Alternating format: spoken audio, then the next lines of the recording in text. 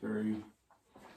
All right, as you guys can see, we are back today. We have a very, very, very special guest. We are joined by former U.S. Marine of the Year, West Virginia University leading rusher, 7-time author, and movie creator of Heroes from Heaven, Dr. Scott Glenn, ladies and gentlemen. Yes, that's West Virginia Tech all-time leading rusher. And actually, it's 8 books. There we go. We're joined by a very special guest, Dr. Scott Glenn. He's here to join us today. Kind of just going to go through it real quick.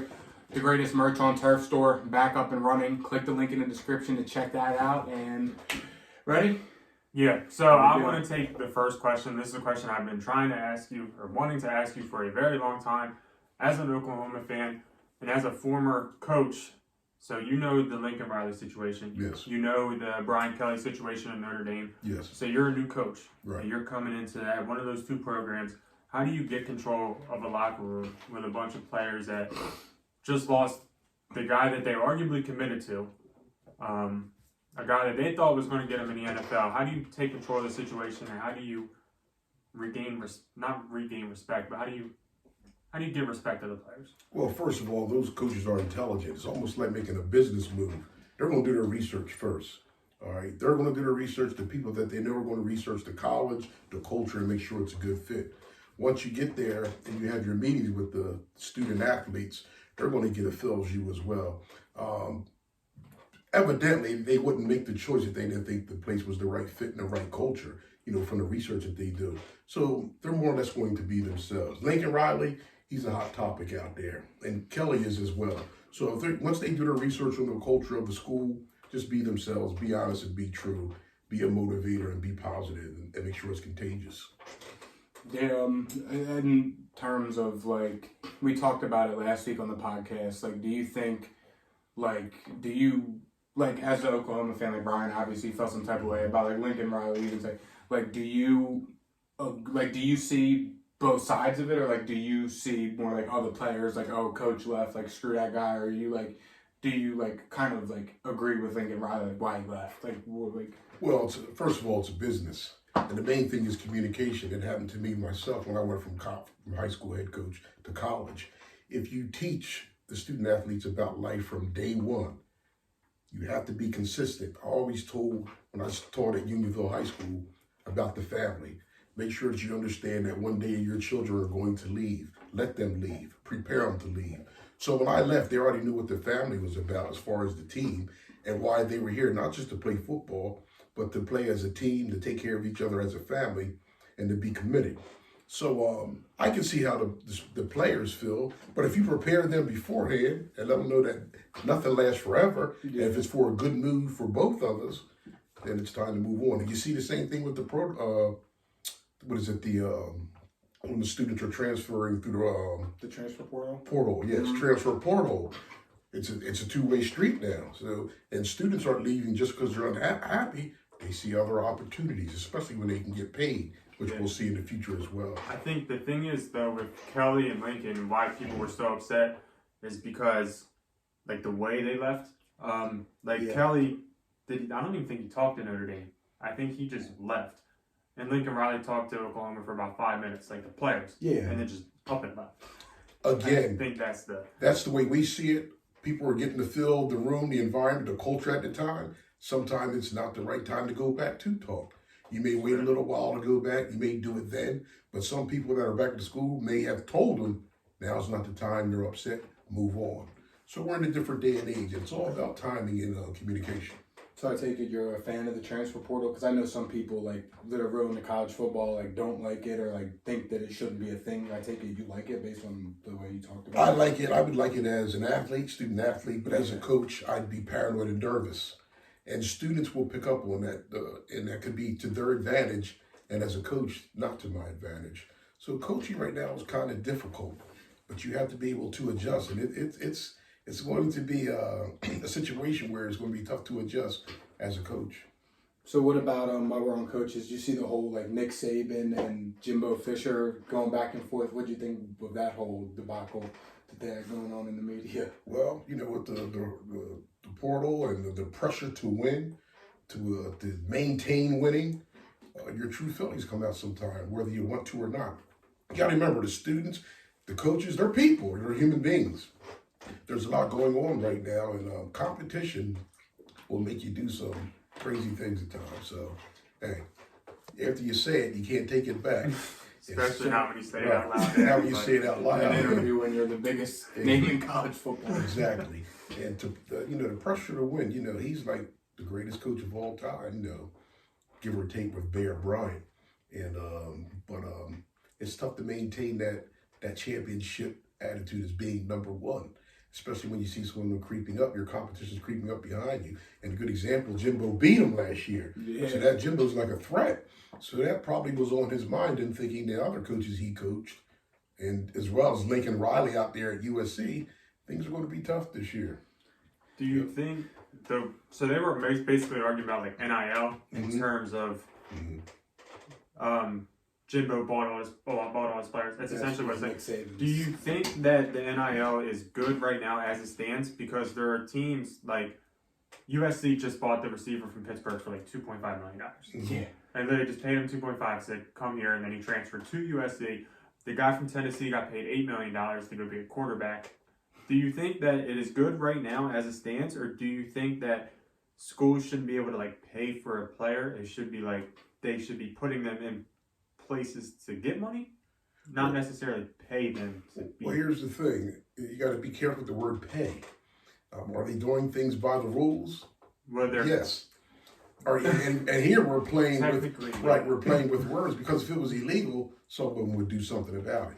But yes, we're going to have to make some adjustments and be more communicative of what we mean about, in terms of the rules and regulations. But right now, no rules are being broken. And well, that was kind of my question. Do you think the rules are good right now? Because technically, yes, they're playing by the rules. But do you think that the rules should be adjusted? They have to be adjusted. Okay. They have to be adjusted because you'll see student athletes running for money everywhere. One year, you see people transferring 2-3 times in their career just to get money. So we're going to have to make some adjustments as far as financials and student athletes getting paid, yes. But I mean, every program you have to make adjustments. Right. So. I mean, let's be real, it's not act like players haven't been getting money to begin with. I mean, it's... Well, again, like I said, you're playing with words, yeah, right? It's true. Some things have been brought to light, some people have been caught, some haven't. But the competition, it always has happened, it always will. But as far as with the new rules, I think we have to adjust some things a little bit to level the playing field, yes.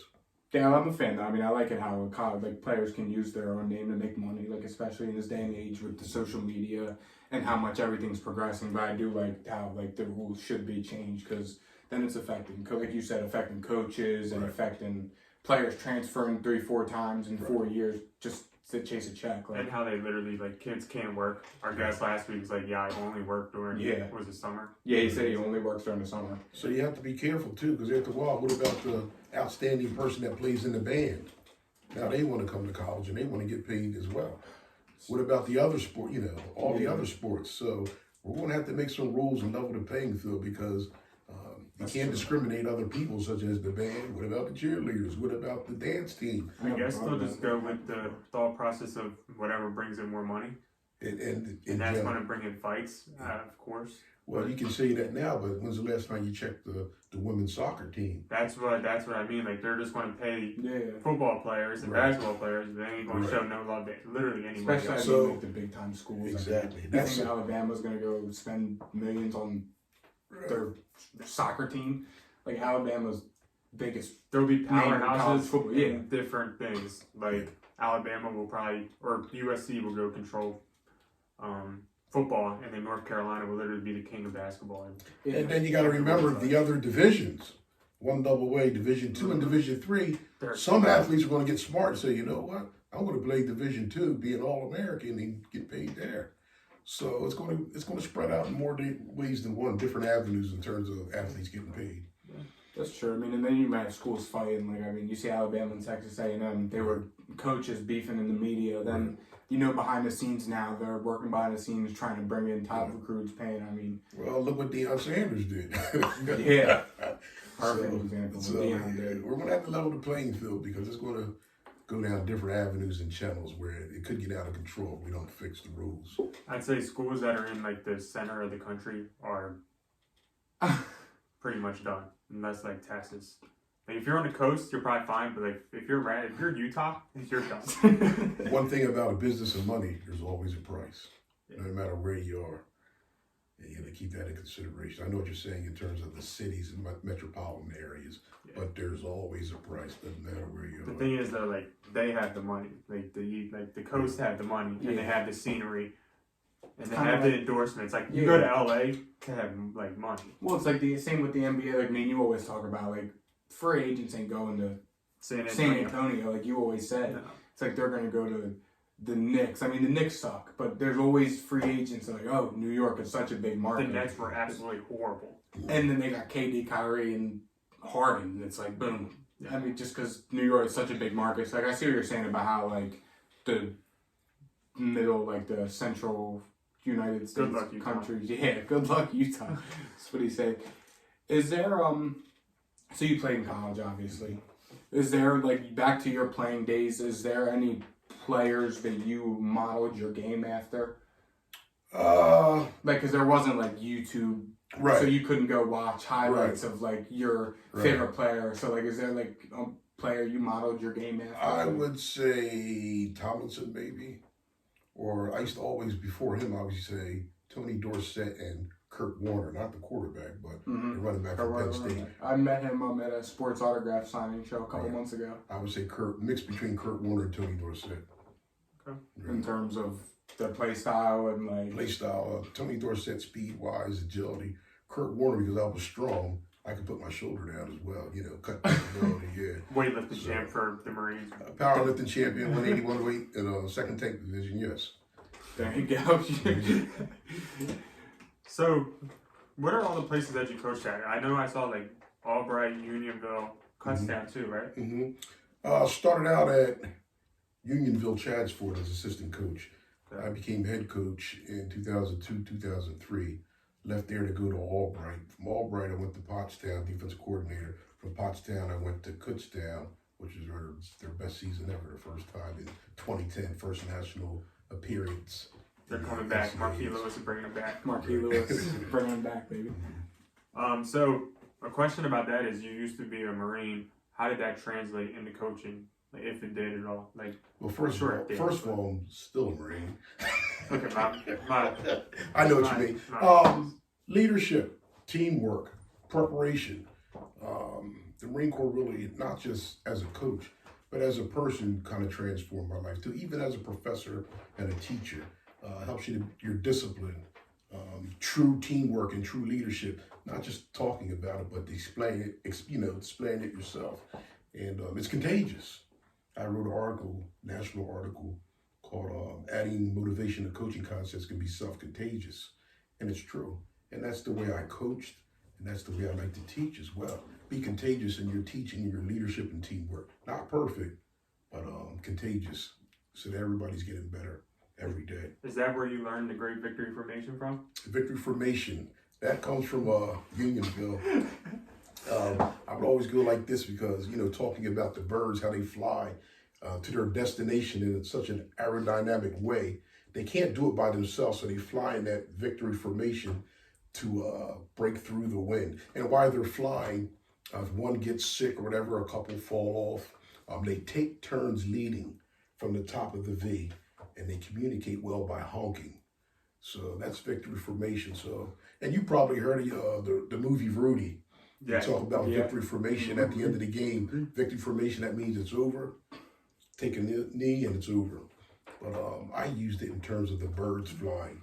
And some of my players that I used to coach, I still keep in touch with them, such as Jay Boswick, who's moved different parts of the country, Texas, Minnesota. I think he's in Virginia now. Every year he shows me a picture of his family on a Christmas card, and we talk about victory formation.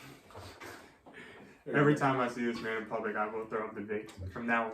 And when you see the birds flying, you always think about it as well. I always do. I know you do. Yeah. And at work, I work at a golf course. There's at least 4 trees. I see it every single day, and I'm waiting to get shit on by one of them. It's funny how it's fine. Class lecture, victory formation. Victory formation. Stuck with us, I mean. Anything in life, you can tell you're Sixers, and I try to tell you guys that. I tell you guys that. Might as well start it now. In order for it to work, you have to have appropriate leadership and teamwork. And then you'll see red flags from the people, what they say and what they do. All right? So it was only a matter of time before we found out what the real deal was. Well, why don't you tell him what you told me? You said, keep Maxey, get rid of the rest, and send it. I actually said I would have done a blockbuster trade of getting rid of Embiid if the numbers were right and the people were right to start rebuilding now. As of right now, I would build that team around Maxey. Okay. So how do you feel about that? As an avid Joel Embiid guy, as a James Harden jersey owner. Listen, I don't think that the Sixers, Sixers, like, say what you want. Playing Philly sports is hard. Joel Embiid is a fan favorite. He's always been. The fans love the guy. Like, they're saying, we saw Carson Wentz got ran out of Philly. We're going to see if Jalen Hurts sucks, he's going to get ran out of Philly. We saw Ben Simmons get absolutely ran out of Philly. They love Embiid. Playing good or bad, they love him. Joel Embiid's the best player in basketball. He should have been the MVP. Got snubbed from All-NBA this year. I don't think you can sit here and... Don't let him say his stuff. I don't think you can sit here and justify trading the best center in basketball, the MVP snub. Everybody knows. Even Jason Tatum knows it. Jason Tatum went on Twitter and publicly advocated that Embiid got snubbed. He's still better, though. I don't think that's not true. I don't think you can justify going and trading Embiid, especially. That will lose all the fans. Just looking at it from my perspective, the fans, they're so bought into the whole I know you hate the process, but as the Sixers fans so bought into the process and Joel Embiid, I think you lose the fans, and I just don't think you can justify any reason to trade Joel Embiid. He hasn't really done anything to warrant a trade. Like Ben Simmons, obviously, the mental health and the injuries and him just playing bad, but I don't think Joel has warranted a trade or really done anything to answer that question. Ryan, you took my classes. We talked about opportunity costs, right? Yes, sir. Opportunity cost is a trade-off. You want to trade off the fans and the way they feel, or do you want a championship? So everything that you said, 2 words we talked about, victory formation, leadership and teamwork. He's not a leader, and he's not a winner. And the years are passing by. Popularity, yes, he has a lot of popularity, but is he preparing himself to win? And is he a leader? And when you're promoting yourself for the most valuable player, that's a red flag. First of all, politics are politics. If you're good, you're good. You're not worried about that. If it comes, it comes. And sooner or later it's going to have to come. But if you have to promote yourself, right, and then a year before that, you didn't play the whole season, there's an injury. Even in the last, first of all, what was it? It went from his finger his thumb to his face, which was, then all of a sudden his back, like he was looking for excuses to be, petty. And my wife used to sit there and count, how many times is he going to fall on the floor? Okay? So, we've all done you're falling on the floor, not just one game. This is every game. You're falling on the floor. Okay? So, he's a heck of a talent. Probably one of the best out there. And that's what we look at sometimes. All right? We got to look at the benefits cost analysis. Yeah, he can make 3-pointers and big, but is he consistent? Is he a leader and is he a winner? No. And the results speak for themselves. Is he contagious? Maxey's Maxey. That's not from Embiid. If anything, Maxey's play helps them and the others. So at this point, unless we wave a magic wand, nothing's going to change. And I always said this, even with Carson. I said, he'll probably win a championship and it won't be in Philly. Embiid will probably win, but if it does, it's not going to be in Philadelphia. And we've also said that he won't win as the best player on the team. And when he is, he won't be, right. No, we've said it. We said it. Not you. Yeah, we said it. We have said it. Here's a good example of a winner in leadership. Giannis got booed at the foul line. A true leader blocks all that out and says, I don't care, I'm still going to try to make it. And his foul shot has gotten better. His motor stays the same from the beginning to the end of the game. And he's a leader. And it's contagious. Same with Maxey. And the same with Maxey. And Shea. Right. Yep. And the rest, everybody else was just had their head. That's it. First of all, when he found out he didn't get MVP, he quit on his team. His level of play just dropped. That's not a leader. That's selfish. That's saying, I didn't get MVP, so I don't get. And the greatest thing is to win the championship. What would you rather win, a championship or MVP? Finals MVP is just as valuable as an MVP. Right. So when he did that and all of a sudden his level of play dropped, yes, he was injured, but his level of play dropped. once he didn't get MVP. And that was a red flag. Like, he's not a leader. He's not a winner. So hypothetically speaking, what is a trade? This is probably more directed towards you. I don't know how in tune you are in the NBA. What does a trade package for Joel Embiid look like? Probably just to the Mavericks. Forgive us, Luka. Yeah, okay. Luka's better than Embiid. To the Mavericks. You're probably gonna you could squeeze out Jalen Brunson. I don't even know if he would fit on the team. It'll be a bunch of picks. You guys gotta rebuild again. Give us LeBron and Wayne Ellington. Yeah. Wayne would be good to come back home to Philadelphia. Those of you who don't know Wayne Ellington's my cousin. But I think they could get a lot. It all depends on when they do it. It's true. You'd have to do it now because you mess around and you lose in the first round or don't get there next year, your picks are going to be limited. And Okay? It's almost like driving a car off the lot. he's 28. The value goes down as soon as you drive it off the lot. Depreciation. Depreciation. And his depreciation is getting kind of low right now. He's only got 3 years. If Right, we're being that window. like generous. Because Right. I mean he's 28 now, and Right. one, centers don't make it that long. Exactly. And two, he's definitely not the center that will make it that long if they do. Two things, people, when I talk about the victory formation, the leadership and teamwork. When you start seeing the red flags, falling on the ground, making excuses, that tells you something right there. Right?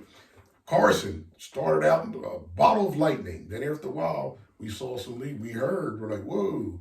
And we never thought Carson's not a leader, right? So all of a sudden you hear some things that he's not real good with his teammates, right? And then his consistency on the field, he was injured too. And going to Indianapolis, they're like, okay, now we'll see the Carson we first start. We didn't see it. So it's like Embiid. The red flags are there. We can sit here and talk all the fans like Embiid or they like Carson.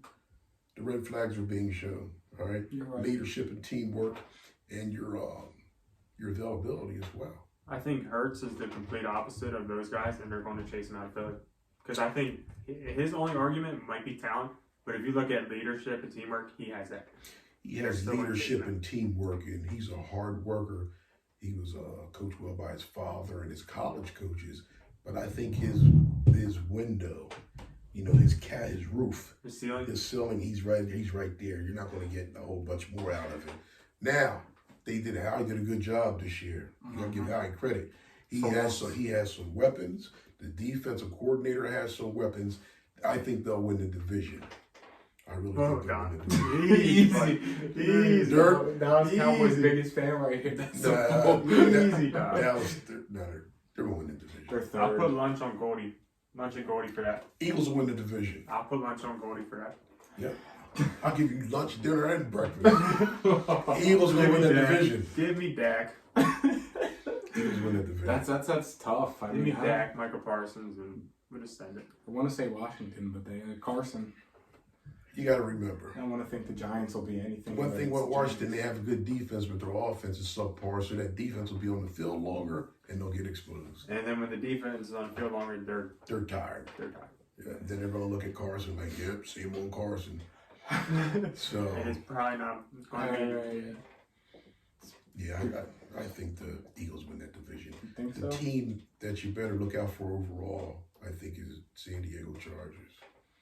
Look out for the Chargers. Write that one down now too. They made it. When you get Khalil Mack, you kind of Write it And down. you definitely boost up a little bit. Look out for the Chargers. The AFC is stacked, and I think it's whoever's healthy, which is I think Buffalo's. As a Patriots fan, it pains me to say I think Buffalo's do. Buffalo's do. Yeah. I don't know. I'd probably put my money on an NFC team.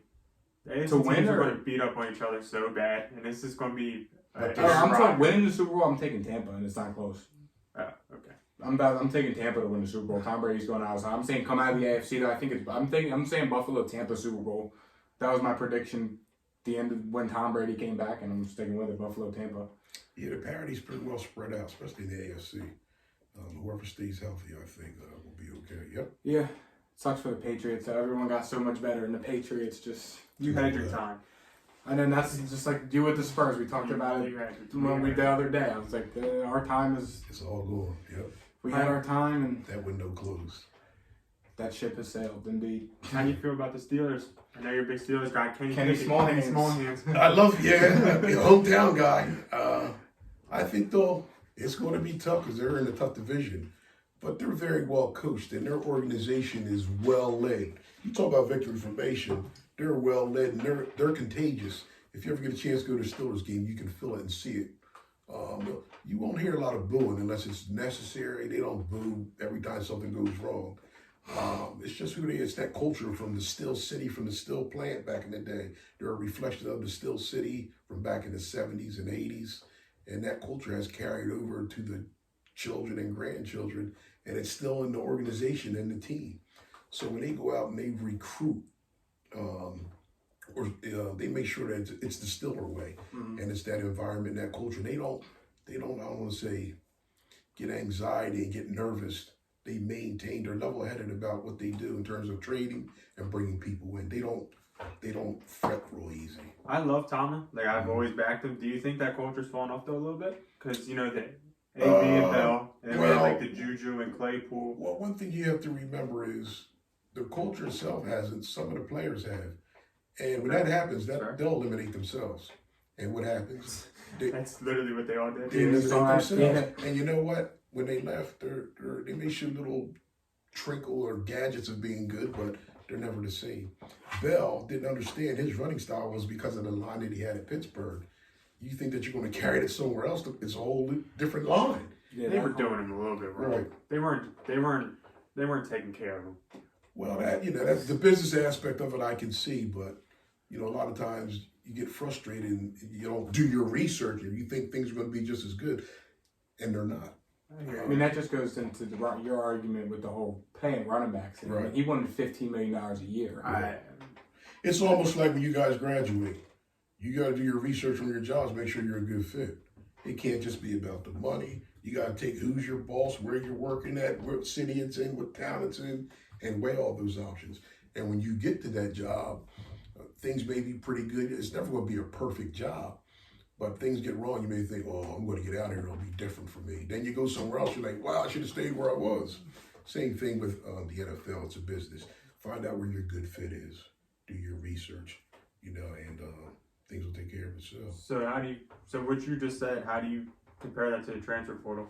Because you kind of just said grass isn't always greener. It's not. So you think kids should do more research before just going to school? Yes, and I'm sure that they do. And not just research on their own, they need to talk to other people about where they're going, also where they're at. You talk to the right person, they may say, it's a good fit where you're at, especially if they're young, they don't know. You dangle a carrot like that, you go to another school, next thing you know, it's not as good as where you were. So that all is a communication thing with parents, people within the college, and your network who you're tied to.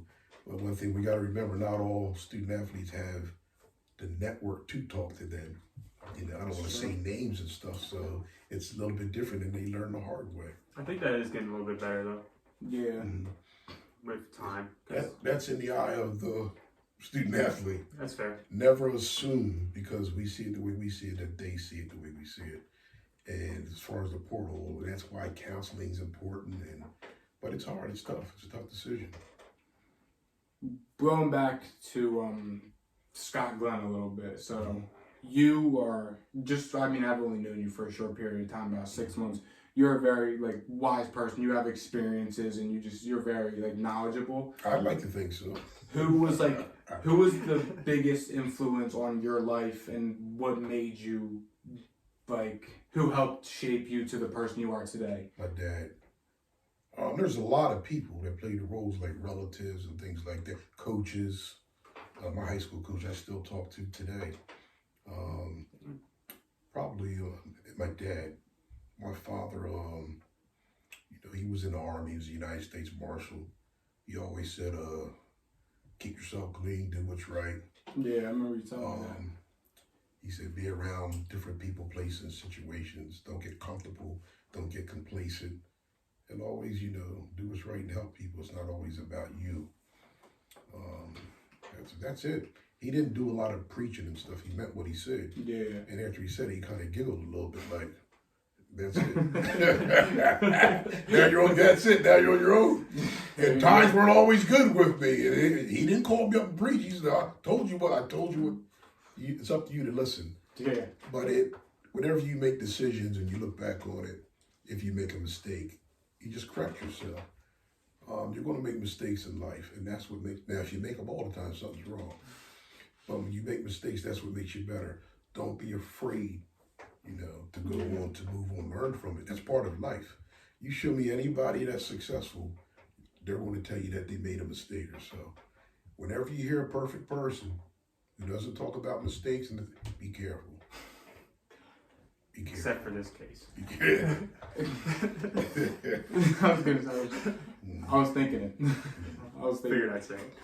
Yeah, there you go. Well, I had another question I wanted to ask. So you would consider yourself like kind of like famous, right? I would say, respected by the right people. As far as I don't want to be famous. Really? No. You don't gotta be humble. You could. No, I don't want to. If you're famous, you gotta watch it. You have a lot of friends. You better be careful because there's always agendas and people looking to make moves for themselves or against you. But I have a lot of associates. I just love people. I don't want to be famous. I don't see myself as famous. I just see myself as using my gifts and do what I have to do in order to live, which includes helping people and enjoying it. The different gifts that I have, coaching and teaching, because of my experiences, it comes easy. The books that I have in class, I let you guys study, and I'm going to give you real life situations, which I know that you like. Yeah. But nothing like life experiences, because it keeps people attentive. And the student nowadays, with the fast microwave world we live in, they don't want to hear you talk about the book stuff. They want to see what you did. All right. So that's why in my office I have all the different things that I've done, so the students can say, "Man, this dude really practices what he preaches," and it's easier in the classroom. Am I bragging? Nah. I'm letting you know this is what I did. Enjoy it.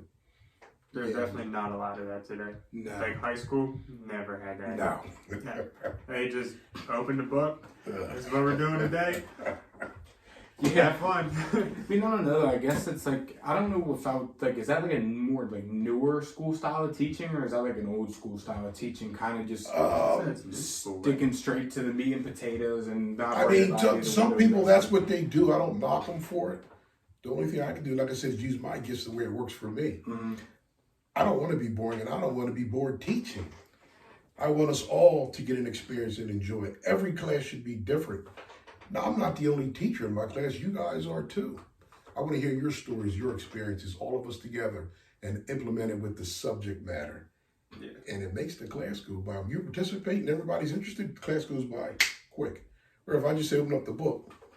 Now, online it's a little bit different. Yeah. And to make sure everybody's there, I'll say make sure you upload the work and I have to do that to make sure they listen. I hated that doing but in between that, I try to give you a clip or an exercise together to keep you going, to make it interesting. I guess it also matters what you teach, because a math teacher can't really.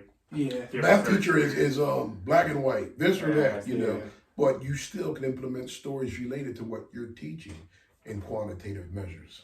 If you're teaching something with numbers and quantitative, give them an eye catcher. Any class should have an eye catcher to get your attention right from the beginning, as long as it relates to the subject matter. And that's not hard to do. Analytics. All of a sudden, you put something on there with the Philadelphia Phillies who run analytics, something funny that they did or something that's big controversy. Now you got their attention with analytics. Then go teach a subject matter and then follow it up. So whether it's quantitative or qualitative, keep it interesting. Find a way. If you're a good teacher, you'll find a way to make it interesting. Yeah, definitely. You're definitely, like the first teacher I had that was kind of meat and potatoes. Here's a study guide. This is the test. Study it. You'll take the same exact test the next week.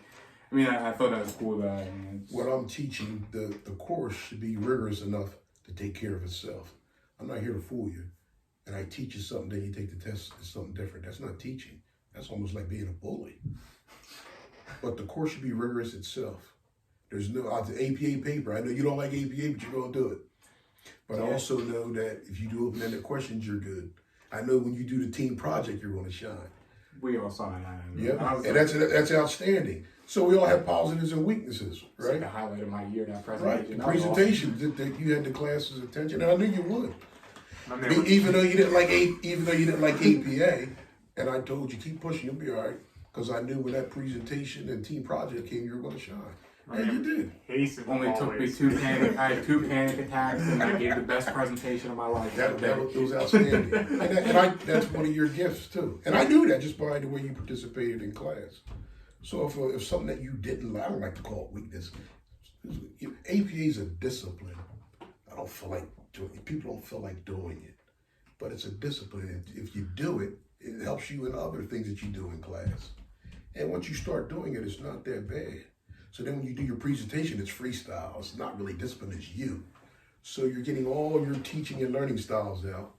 And that's what class is all about, the diversified teaching learning, whether it's hands-on, visual, audio, or kinesthetic hands-on, I should say, and enjoying it.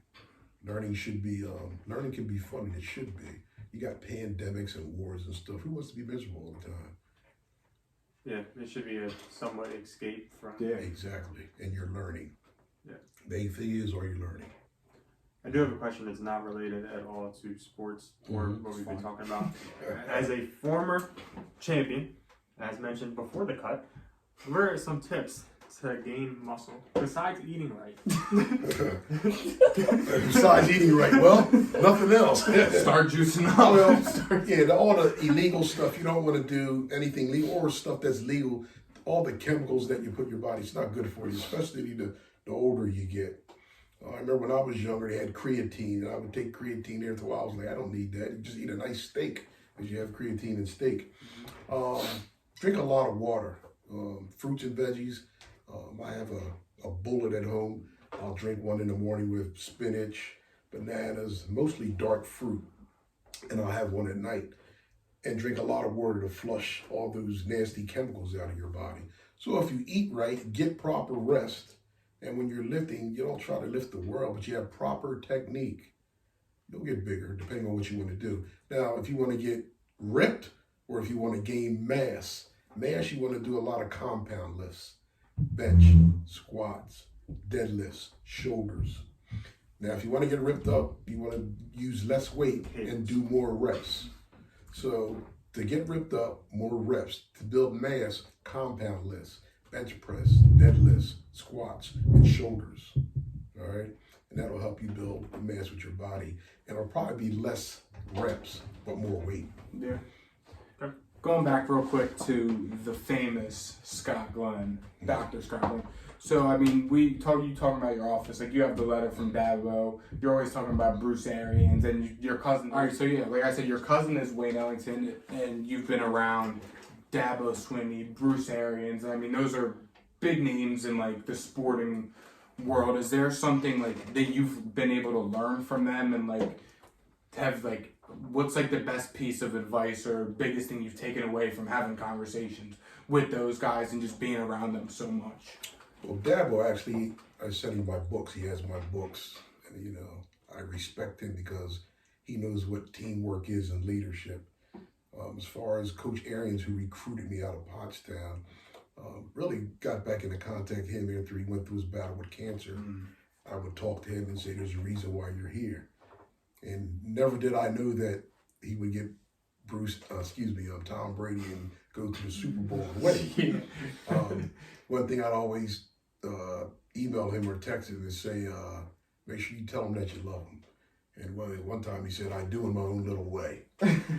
But as the weeks passed by, I remember on TV, at the end he said that he loved them. And it kind of touched me because he did say it. Yeah. But it's a great story because his foundation of how he helps people and beating cancer twice, then coming back and having a career that extending his career because he was successful before. He's definitely going to be a Hall of Famer. Yeah. So seeing the way different people live is empowering.